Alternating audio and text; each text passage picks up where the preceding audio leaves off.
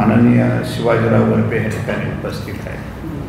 तालुका प्रमुख रामदास आबा धनवटे, त्याचप्रमाणे आमच्या शिवसेनेच्या नेत्या सौभाग्यवती विजयाताई शिंदे, त्याचप्रमाणे महिला आघाडीच्या तालुका संघटिका सौभाग्यवती उर्मिलाताई सांगोर, शिवसेना पक्षाचे विधानसभा निवडणूक समन्वयक माजी उपसभापती माननीय अमोलदादा पवार, त्याचप्रमाणे जिल्हा परिषदेचे माजी सदस्य माननीय बाबाजी शेठ काळे, शिवसेनेचे उपतालुका प्रमुख माननीय संजय भाऊ घनवट, त्याचप्रमाणे शिवसेना पक्षाचे ज्येष्ठ नेते माननीय उत्तमरावजी भोगावले, रामहरी आवटे आणि माझ्या समोर उपस्थित असलेले सर्व पत्रकार बंधूंना, आता 1-2 महिन्यापूर्वी लोकसभेची निवडणूक पार पडली. लोकसभेच्या निवडणुकीमध्ये खेड आळंदी विधानसभा मतदारसंघामध्ये महाविकास आघाडीचे उमेदवार डॉक्टर अमोलजी कोल्हे यांना 46,285 एवढं मतदेखील मिळाले. आणि त्यानंतर तालुक्यामध्ये विधानसभा निवडणुकीसाठी अनेक कार्यकर्ते उमेदवार म्हणून इच्छुक झाले. आता आमची महाविकास आघाडी काँग्रेस राष्ट्रवादी शरदचंद्रजी पवार पक्ष आणि शिवसेना उद्धव बाळासाहेब ठाकरे आम पार्टी आणि इतर, परंतु शिरूर लोकसभा मतदारसंघामध्ये महाविकास आघाडीचे म्हणजे शरदचंद्रजी पवार पक्षाचे डॉक्टर अमोलजी कोल्हे हे निवडून आले. त्यामुळे अनेकांमध्ये अशी चर्चा चालू झाली की हा मतदारसंघ कुणाला सोडणार. आज तायगत महाराष्ट्रामध्ये कोणत्याही मतदारसंघाबाबत कोणाला कोणता मतदारसंघ द्यायचा याबाबत आघाडीमध्ये चर्चा झालेली नाही. परंतु आता आपण सोशल मीडिया असेल किंवा इतर ठिकाणी प्रत्येक आमच्या आघाडीतल्या प्रत्येक घटकाचे अनेक उमेदवार इच्छुक आहे. कोणी सांगते ते संभाव्य उमेदवार आहेत, कोणी सांगते की ही उमेदवारी आम्हाला जाहीर झालेली आहे. म्हणजे हा जो कार्यकर्त्यांमध्ये एक गैरसमज निर्माण होतो. कार्यकर्त्यांमध्ये महाविकास आघाडीमध्ये कुठलाही गैरसमज होऊ नये यासाठी खऱ्या अर्थाने आम्ही तुमच्यासमोर बोलण्यासाठी आपणा सर्वांना बोलवले. काल परवा मला बरेच जण म्हटले कार्यकर्ते की ही जागा शरदचंद्र पवार गटाला गेली का.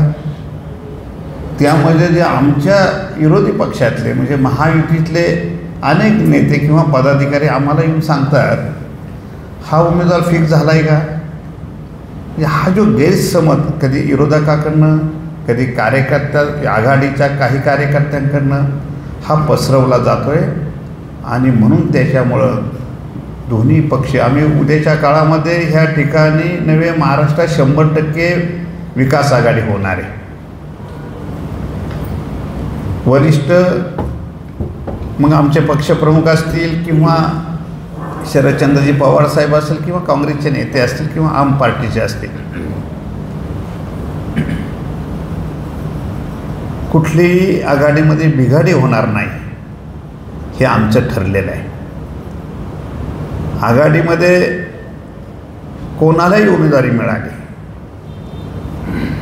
तरी तालुक्यामध्ये तसं वेगळं पाऊल कुणी उचलण्याचा प्रयत्न करणार नाही. त्याचप्रमाणे लोकसभेच्या निवडणुकीमध्ये खेड आळंदी विधानसभा मतदारसंघामध्ये प्रामुख्याने शिवसेना उद्धव बाळासाहेब ठाकरे आमच्या पक्षाच्या कार्यकर्ते आणि पदाधिकाऱ्यांनी ह्या निवडणुकीमध्ये प्रचारामध्ये आघाडी घेतली होती. सुरुवातीच्या काळामध्ये राष्ट्रवादी पक्षाची सगळीच माणसं, असा एकही नेता किंवा एकही कार्यकर्ता असा पुढे येत नव्हता, सगळे अजित पवार गटामध्ये होते, तालुक्याच्या आमदारांबरोबर होते. पण नंतरच्या काळामध्ये हळूहळू एक कार्यकर्त्यांमध्ये संख्या वाढली आणि आम्ही एकत्र सर्वांनी चांगला प्रचार केला. त्यामध्ये शिवसेना उद्धव बाळासाहेब ठाकरे पक्षाचं 80% योगदान ह्या मतदारसंघामध्ये आहे. मग ही प्रामुख्याने ही जागा आमच्याकडे मिळली पाहिजे, ही भूमिका कार्यकर्त्यांची. आणि तशा पद्धतीची कार्यकर्त्यांची जी मागणी आहे, मी जिल्हा प्रमुख ह्या नात्याने वरिष्ठांकडे त्या पद्धतीची माहिती दिलेली आहे. आमची जिल्हा प्रमुखांची ज्यावेळी मिटिंग झाली एक 8-10 दिवसापूर्वी सेना भवनला, माननीय उद्धवजी ठाकरे साहेब त्या मिटिंगसाठी उपस्थित होते. सर्वच नेते होते, एक नवीन खासदार होते, आमदार होते, नेते, उपनेते. आणि जिल्हा प्रमुखांच्या मिटिंगमध्ये स्पष्ट सांगण्यात आलं की आम्ही आमच्या अहवालामध्ये खेड आळंदी विधानसभा मतदारसंघाला A ग्रेड दिलेले, म्हणजे ते शिवसेना उद्धव बाळासाहेब ठाकरे पक्षाकडे यावी. त्यासाठी आमच्याकडं त्या पद्धतीचा फॉर्म भरून घेतला आणि त्या पद्धतीने आम्ही इकडं मागणी केलेली आहे. आणि मला खात्री आहे की ही जागा उद्याच्या काळामध्ये शिवसेना उद्धव बाळासाहेब ठाकरे पक्षाकडेच राहील. कारण काय झालं आहे, लोकसभेला सुद्धा ही जागा खऱ्या अर्थाने शिवसेना उद्धव बाळासाहेब ठाकरे पक्षाचीच होती. कारण 15 वर्ष शिवसेना पक्षाचा खासदार ह्या मतदारसंघामध्ये सातत्याने निवडून येत होते. त्यानंतर काय पक्षात उलटपालट झाली किंवा तिकडेही झाली, परंतु ह्या निवडणुकीमध्ये शिरूर लोकसभा मतदारसंघामध्ये राष्ट्रवादी पक्षाचा खासदार 2019ला निवडून आले. आणि तो एक बेस धरून की दोन्ही बाजूला राष्ट्रवादीचे उमेदवार उभे केले. मग तिकडं अजित पवार गटामध्ये सुद्धा राष्ट्रवादीने उमेदवारी मागितली की आमचा इथे ह्या ठिकाणी खासदार होता. इकडेही सांगितलं की इथेही विद्यमान खासदार राष्ट्रवादी शरदचंद्रजी पवार गटाकडे आहे. परंतु त्याही वेळे आम्ही सांगितलं होतं की 15 वर्ष इथं शिवसेना पक्षाचा खासदार आहे, इथं पहिला अधिकार ह्या लोकसभा मतदारसंघामध्ये शिवसेना उद्धव बाळासाहेब ठाकरे पक्षाचा आहे. परंतु नंतरच्या चर्चेमध्ये विद्यमान खासदाराला उमेदवारी दिली गेली आणि म्हणून ह्या संपूर्ण लोकसभा मतदारसंघामध्ये इथं खासदार असले म्हणून सगळे मतदारसंघ त्यांच्याकडे जाणार नाही. प्रत्येकाला जागा वाटपामध्ये काही ठराविक जागा दिलेल्या आहेत आणि म्हणून ह्या वेळेची जागा खेड आळंदी मतदारसंघामध्ये शिवसेनेकडे राहील, ही आमच्या सर्वांची अपेक्षा आहे, खात्री आहे. आणि मग उमेदवार कोण, आमच्या पक्षाकडे किती माणसं इच्छुक आहे की आजपर्यंत आम्ही पत्रकारांसमोर कुणी कधी बोललो नाही किंवा पत्रकार परिषदेच्या माध्यमात किंवा पत्रकार परिषद घेतली नाही ह्या विषयासाठी. पण आता निवडणूक साधारण शिवाजीरावनी सांगितल्याप्रमाणे मला वाटतं 15 सप्टेंबरला आचारसंहिता लागेल आणि ऑक्टोबरच्या 20 आणि 30 तारखेच्या दरम्यान आपल्या महाराष्ट्रामध्ये मतदान होईल. हा एक अंदाज आहे. अंदाज म्हणजे 4-5 नोव्हेंबरला तर आपल्या विधानसभेची मुदत संपती आहे ना, त्याच्यामुळे त्याच्या आतमध्ये तर आपल्याला त्या महाराष्ट्राच्या निवडणुका होतील. आणि म्हणून प्रत्येकजणांनी कोण कोण इच्छुक आहे त्यांना पक्षाच्या नियमाप्रमाणे आम्ही सांगितलं बाबा तसं कोणी रानोमाळ फिरून किंवा इच्छुक आहे असं काही नाही. पक्षाकडं रितसरपणे ज्या कार्यकर्ते पदाधिकारी जे उमेदवार मागतील ते खऱ्या अर्थाने आमच्याकडे इच्छुक असतील. आणि म्हणून आम्ही शिवसेना उद्धव बाळासाहेब ठाकरे पक्षाकडनं एक साधारण आमच्याकडं आत्ता तरी माझ्याकडे जी माहिती किंवा माझ्याकडे जे यादी आलेली किंवा दिलेली मागणी केलेली त्यामध्ये एक 7 ते 8 उमेदवार इच्छुक आहे. त्यामध्ये आमचे शिवसेनेचे उपजिल्हा प्रमुख शिवाजीराव वरपे इच्छुक आहे. शिवसेनेचे तालुका प्रमुख रामदासाबा धनवटे इच्छुक आहे. महिला आघाडीच्या नेत्या आमच्या विजयताई शिंदे इच्छुक आहे.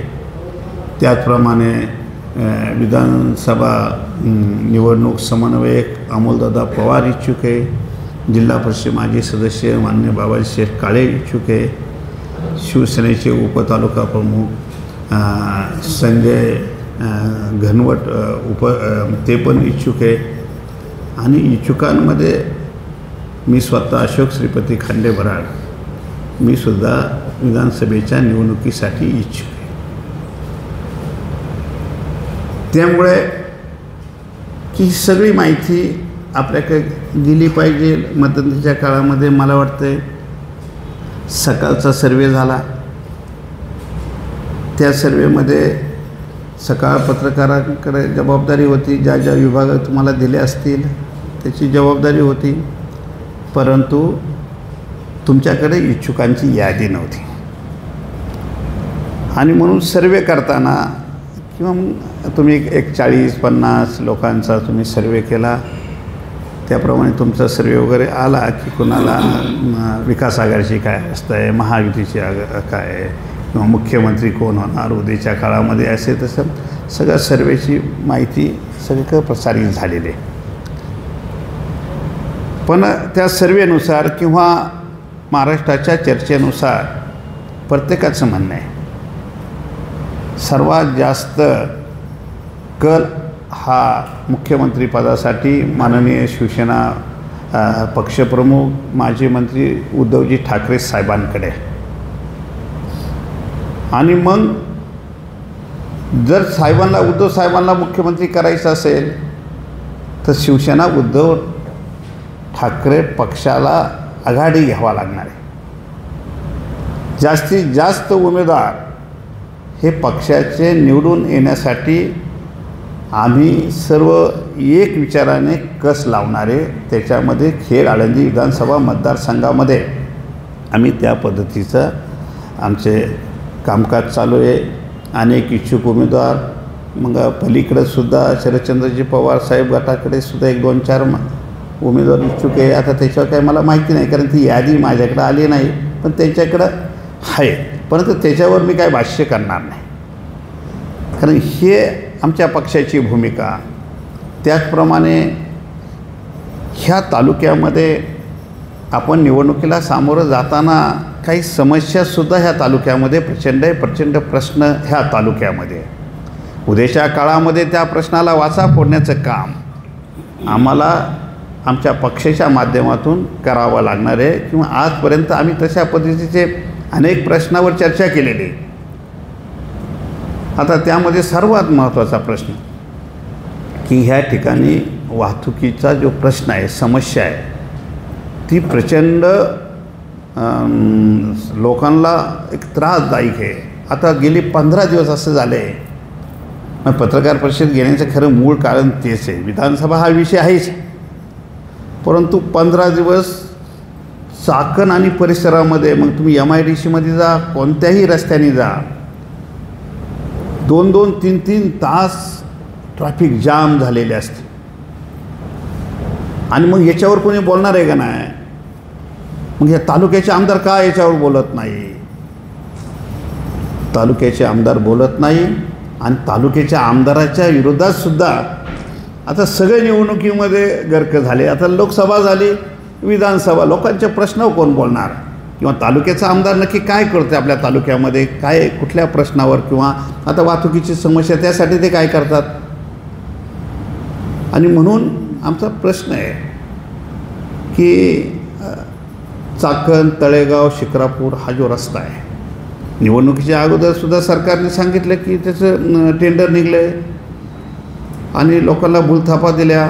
पण आज तायकर आता तुम्ही जर त्या रस्त्याने आले तर ह्या 3 वर्षामध्ये 500 लोकांचा मृत्यू झालेला आहे. म्हणजे 500 कुटुंब उद्ध्वस्त झाली या रस्त्यामुळं, शासनाच्या धोरणामुळं. तालुक्याचा आमदार काय बोलत नाही म्हणून मग त्या 500 कुटुंबाला कोण न्याय देणार? आणि रोज एक ना एक अपघात होतात. अपघातात तरुण मुलं जातात, महिलांची संख्या जास्त आहे अपघातामध्ये. तुम्हाला सांगतो, रस्त्यावर आले की कुठली तरी गाडी कुठल्या तरी स्कूटीवालीला धडकते, पायी माणसाला चिरडते. खड्डे एवढे झाल्यात काय, त्या खड्ड्यांमुळं ट्रॅफिक जाम होती आहे. त्याच्यावर आज तर कोणी बोलत नाही. प्रत्येकजण आमदार अंदाज काढतात, त्याच्याकडे किती उमेदवार आहे, मग माझ्या मागे किती येतील. ही सगळी गणितं, सत्तेसाठी गणितं, पण लोकांकडे दुर्लक्ष आहे.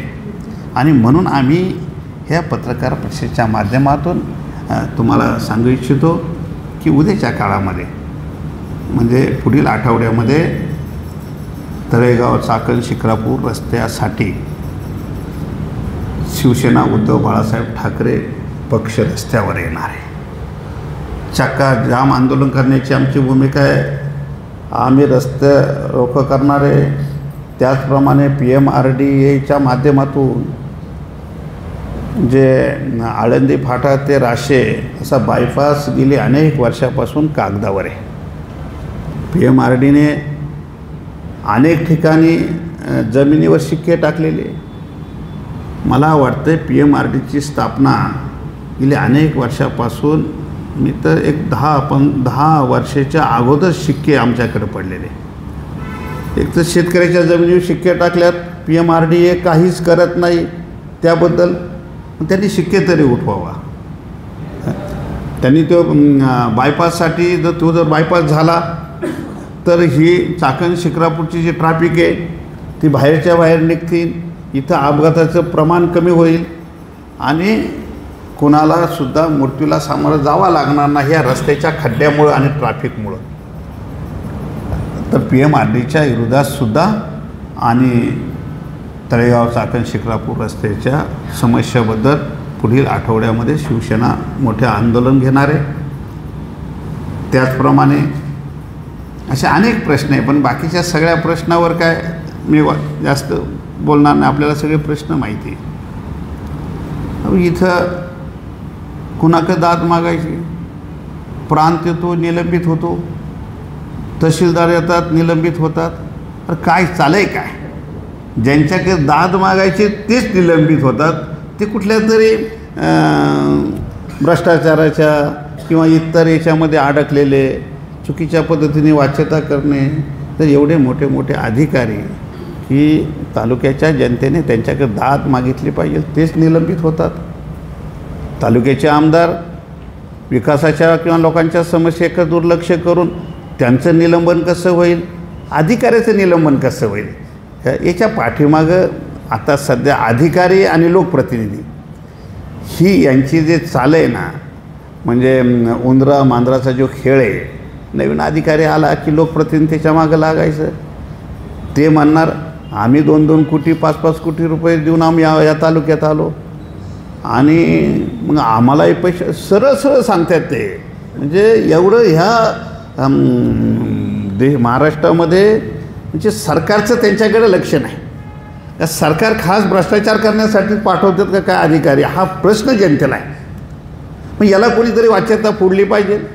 म्हणून ही आमची सगळ्यांची भूमिका आहे. आज तुम्हाला सांगतो, शासन वेगवेगळ्या योजना समाजामध्ये आणण्याचा प्रयत्न करत आहे. लाडकी बहीण योजना आली, पण जर अधिकारीच जर जाग्यावर नसेल तर लोकांनी किती हेलपाटे मारायचे. साधं रेशनिंग कार्डसाठी लोकांना 8-8, 10-10 दिवस नुसतं नाव कमी करण्यासाठी त्या ठिकाणी जावं लागतं. प्रशासनावर राज्य सरकारचं किंवा या तालुक्याच्या लोकप्रतिनिधीचं पूर्णतः दुर्लक्ष आहे. तर उद्याच्या काळामध्ये ज्यावेळेस आम्ही समाजापुढे येऊ, पण त्यावेळेस निवडणुकीच्या रिंगणामध्ये ज्यावेळेस हे प्रश्न उभे राहतील त्यावेळी पब्लिकला काय वाटत असतं की नाही, हे निवडणूक आली म्हणून बोलतात, आणि म्हणून निवडणुकीच्या पूर्वी समाजाचे जे प्रश्न आहे हे मांडण्यासाठी आम्ही तुमच्यासमोर आहे. ह्या निमित्ताने आम्ही सगळे ह्या ठिकाणी आपण सगळे उपस्थित राहिलात. मी सुरुवातीला तुम्हाला आम्ही धन्यवाद देतो. आपल्याला जर काही विषय जर आम्हाला विचारायचे असेल, काही प्रश्न आम्हाला विचारायचे असेल तर तुम्ही आम्हाला विचारू शकता.